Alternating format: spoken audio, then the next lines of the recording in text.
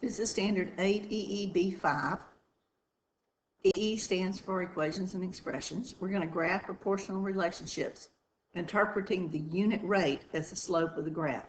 Now, you've heard the term unit rate before. You've dealt with this last year. This shouldn't be a new concept for you.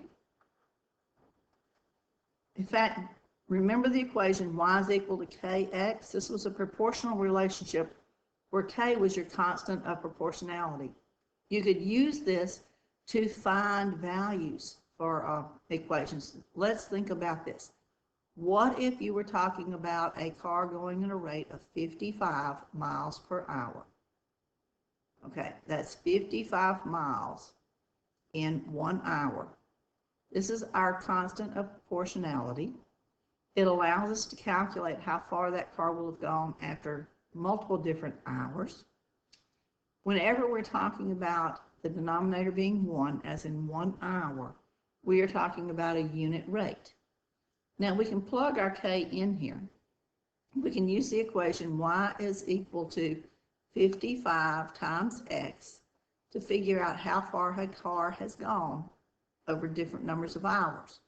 If x is our number of hours and y is our number of miles, because when we express these things, what you're expressing is actually the change in y over the change in x. So if we're talking about hours and miles, we can plug these in. At 0 hours, how far will we have gone?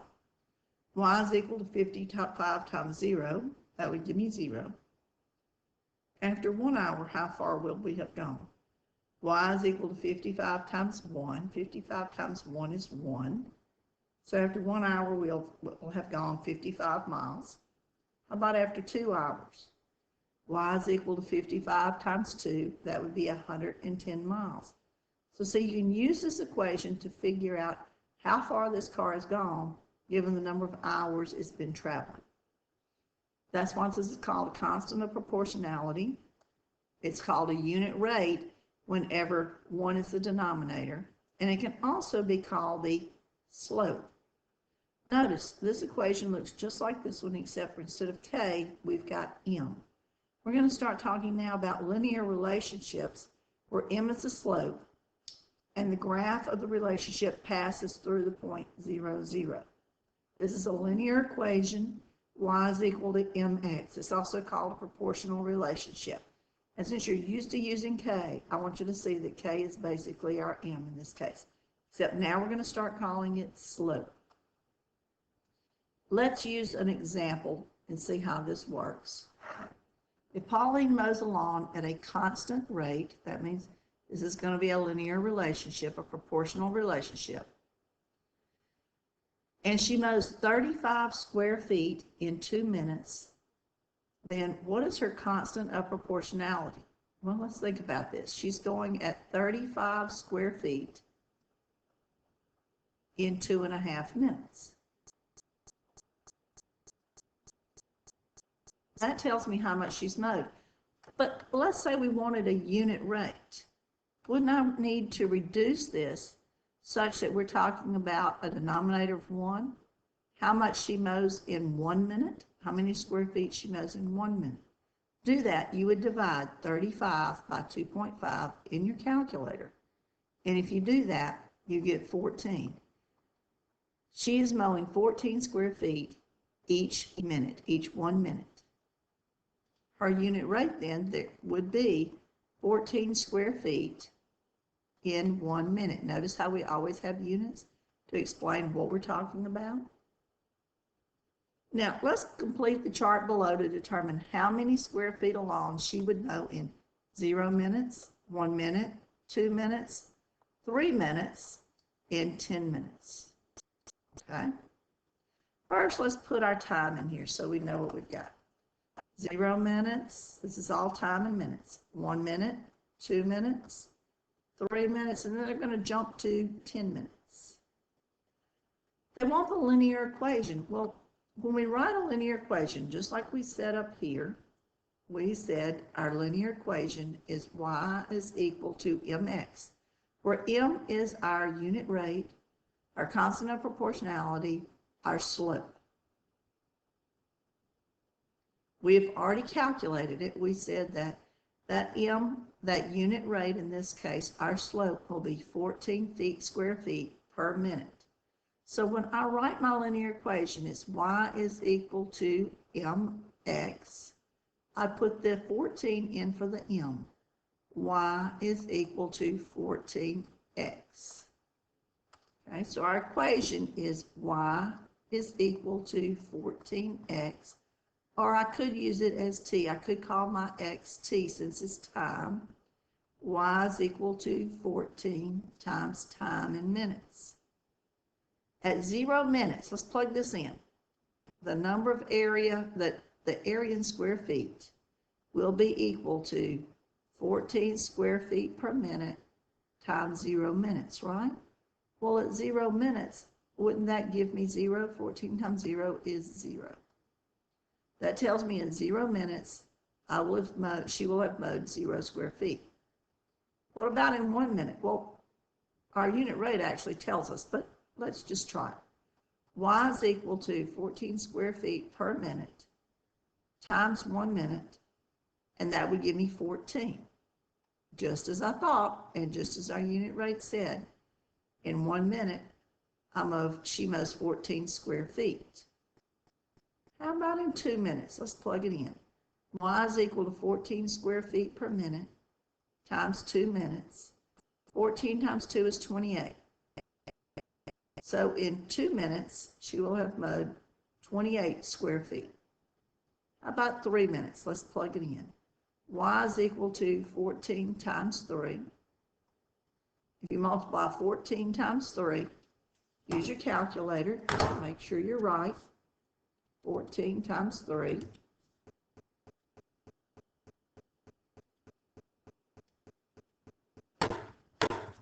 And you got 42 square feet. In 3 minutes, she will have mowed 42 square feet. How about in 10 minutes? Y is equal to 14 times 10. In 10 minutes, she will have mowed 140 square feet. And see how you could put any number of minutes in here and figure out how many square feet she has mowed, so long as she is mowing at a constant rate, at that constant 14 square feet per minute. Now let's graph our points on the coordinate plane. Well, let's look. Here's our x and here's our y. This point is 0, 0. Okay, I'm going to graph that point. Notice on our graph, the y is the number of square feet that she mowed, and our x is the time in minutes. So at 0 minutes, she has mowed 0 square feet. There's that point. Let's find the next one. It says at 1 minute, she has mowed 14 square feet. So let's plot that, 1, 14. On the x-axis, we've got 1.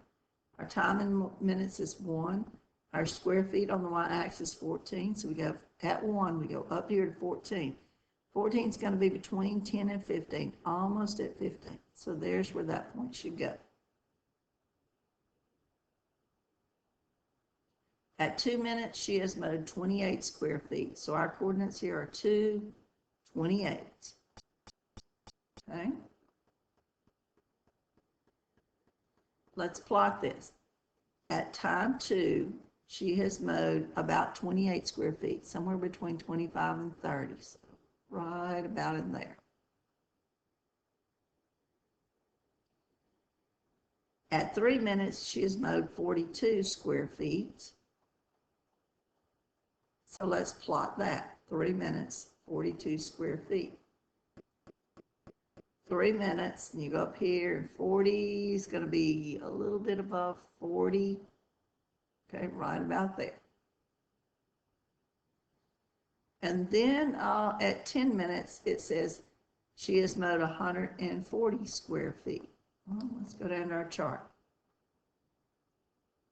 Oh gosh, we don't have a 10. And look, our chart's not big enough to handle 140, is it? which is precisely why we have the equation to be able to calculate it when it gets too big to look at it on the chart. Now, let's see if this is actually a line. Let's try to draw a line through our points. We're going to grab a thing here that will draw a line for us. Okay. And we're going to start here.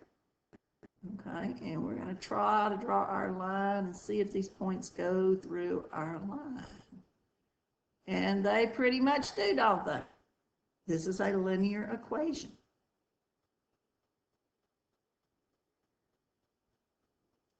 The slope of the line is equal to the rise over the run.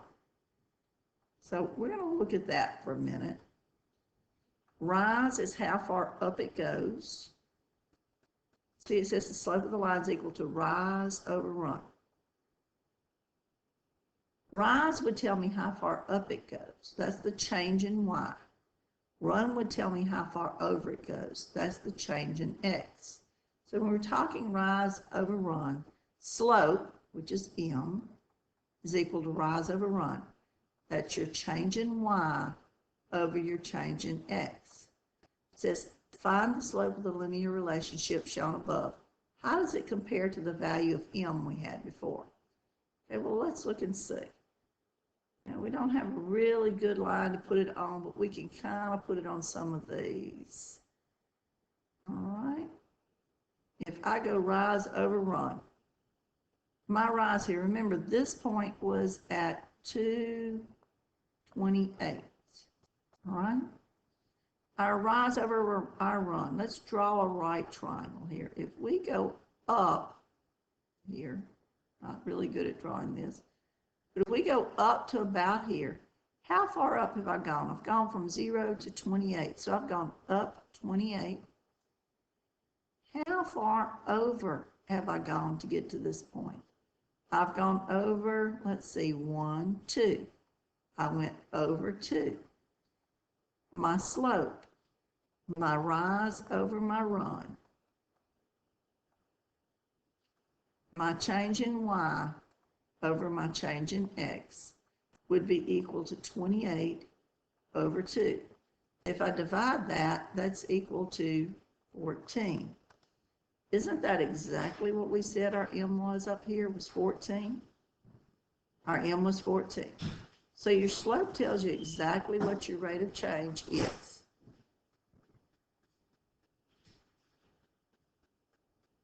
Slope, constant of proportionality.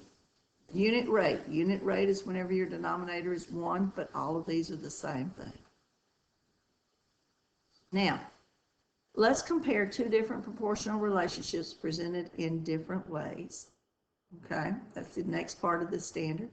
If I look at this particular one, this tells me that I've got a coffee shop A and coffee shop B. Coffee shop B, let's look at the price that we've got. See, when we talk about our M, we're talking about a change in Y over change in X. We're talking about rise over run. Here we've got our equation, Y is equal to MX. Our M here is 250. It shows it to us right there. It's in the place of the M. Our rise, our change in Y is dollars. So that's $2.50. Our run, our X is number of cups of coffee. $2.50 for 1 cup of coffee, right? Let's see if we can figure out what our rise over our run is here. Okay, here's one point where we're actually on the grid line. Let's see. It's right there. Rise over run for our M. We go up 11 and over 4. So our slope, which is change in Y over change in X, rise over run, is 11 over 4. And if you divide 11 by 4,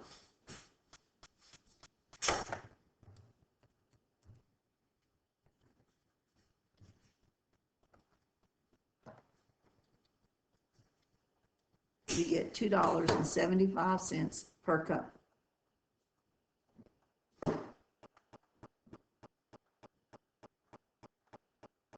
Okay, so let's answer the questions. Obviously, coffee shop A is more expensive. Coffee shop B costs $2.50 per cup.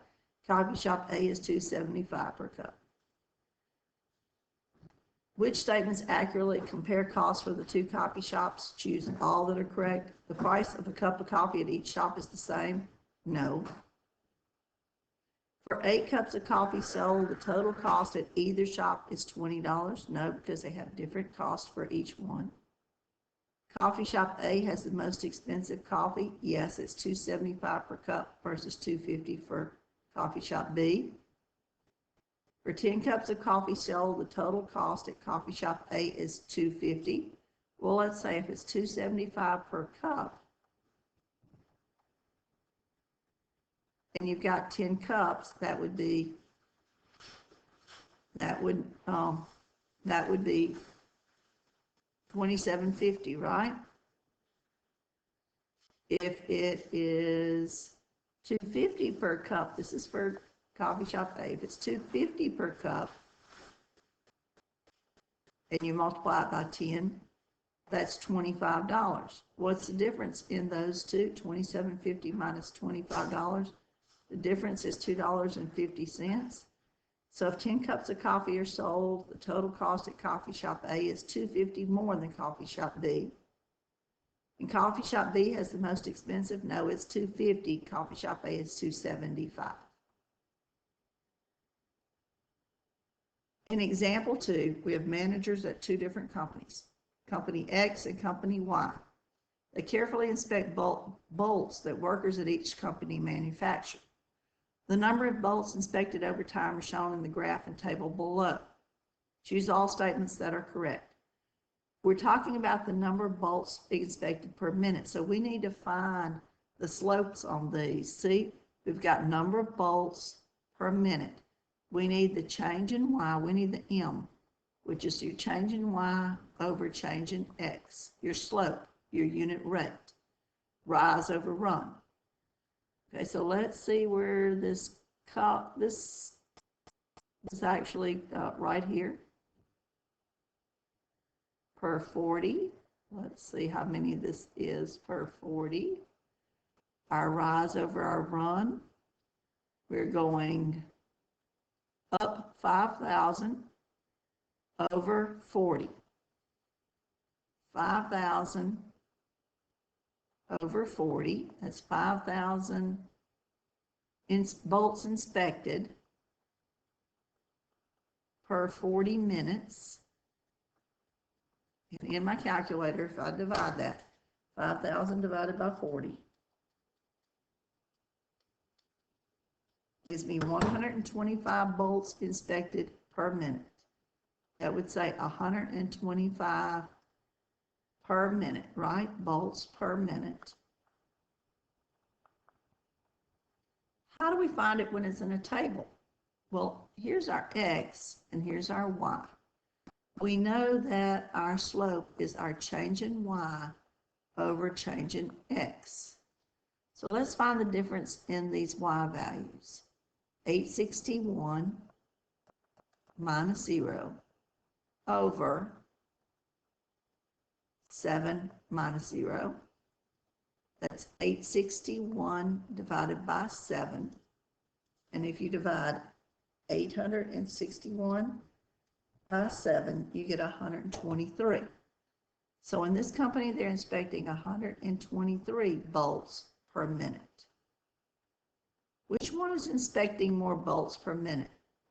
Company X inspects more than Company Y. They inspect 2 more, right? 125 minus 123. So which ones are true? Select all that are true. Managers at both companies inspect 125? No, because Company Y inspects 123 bolts per minute. Managers at Company X inspect 123 bolts per minute, and managers at Company Y inspect 125. No, they've got that backwards. Managers at Company X inspect 125, yes, and managers at Company Y inspect 123, yes, that's true.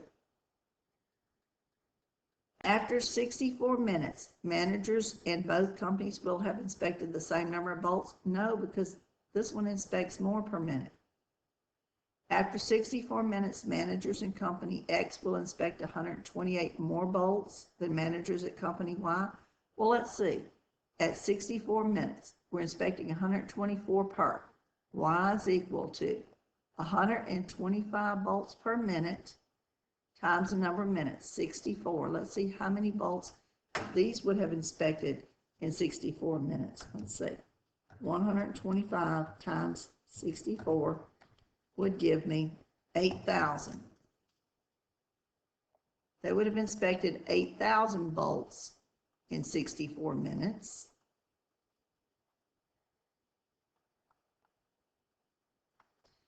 At 123 bolts per minute, let's multiply that by 64 and see how many, because Y is equal to 123 times 64. Let's multiply that. 123 times 64 would give us 7,872. Well, let's find the difference between these two. 8,000, let's put it down here. 8,000 minus 7,872, and let's see what the difference is.